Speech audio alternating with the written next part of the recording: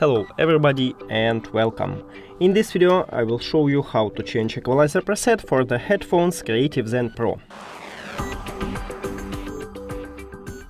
You have to start by open application, then we should enable equalizer, so just click on it and then click on equalizer.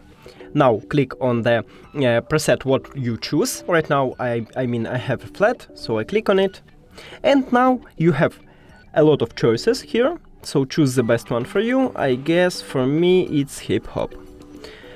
So I click on it and now go back. Now I can see my settings. Go back again and we did it.